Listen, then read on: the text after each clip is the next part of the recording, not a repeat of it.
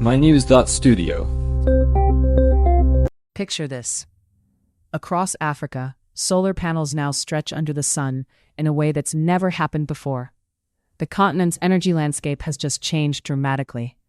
What does it really mean when a region skips over fossil fuels in a single year? And for context, today's date is 2026-02-12. The latest data is surprising. Africa's solar capacity has reached 63.9 gigawatts peak by the end of 2025. That's almost 3 times what analysts expected just last year. I'm curious, where did this growth actually come from?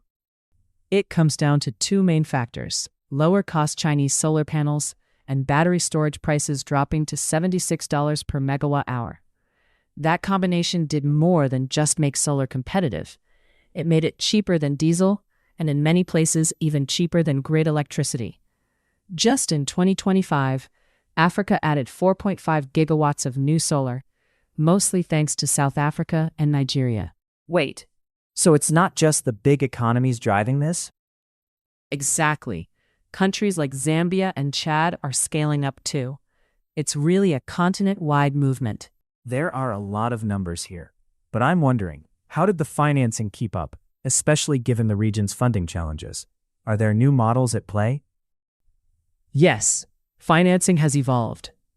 Governments and private sectors set up targeted programs, things like low-interest loans, subsidies, and public-private partnerships. Small and medium enterprises have especially benefited. For example, South Africa's public sector added 2.8 gigawatts, but private projects brought in another 6.1 gigawatts. There's innovation in payment too. Pay-go models, for instance, are gaining ground. Blended finance from development partners plays a big role as well. But even with those tools, the funding needs are huge, right? We're talking $20 to $50 billion per year. That's right. Partnerships with groups like the World Bank are essential to close that gap. And this shift was triggered by a crisis, about 600 million people without reliable electricity. How did that situation lead to this leap past centralized grids? Precisely. Africa has 60% of the world's best solar resources, yet half the continent was without regular power. The stats tell a story. 18.2 gigawatts of solar modules imported in 2025, but not all of that went to utility-scale projects. Rooftop solar, which often doesn't show up in official numbers, grew by 44%. That means more households and businesses are generating their own electricity. So what happens when you've got both government utility projects and this surge in private rooftops? Are they working together or competing? They're actually coming together. In 2025, about 56% of new solar came from utility-scale projects, while the rest came from private sources, rooftop, off-grid, and mini-grids.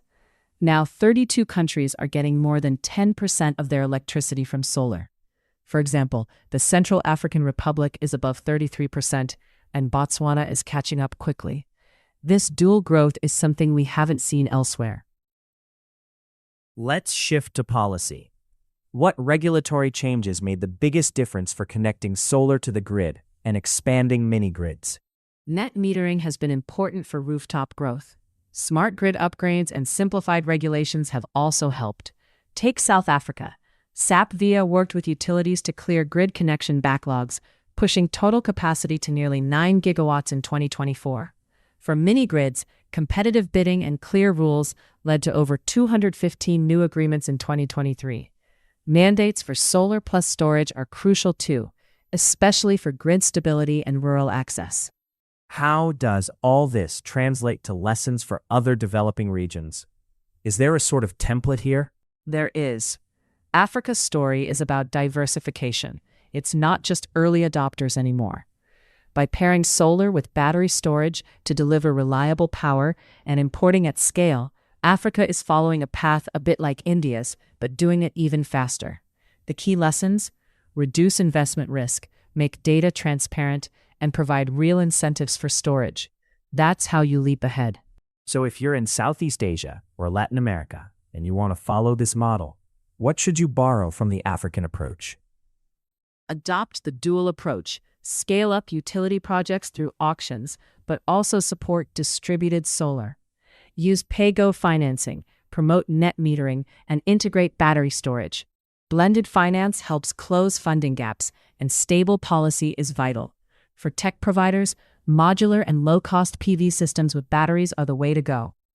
The upshot is clear. Africa now holds between 2.5 and 3% of global solar capacity.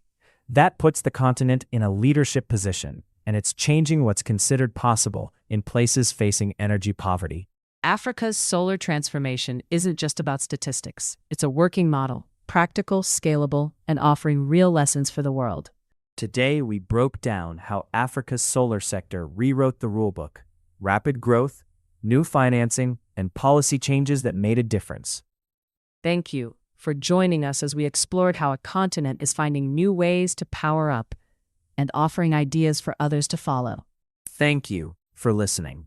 This episode was brought to you by mynews.studio. Try it now for free.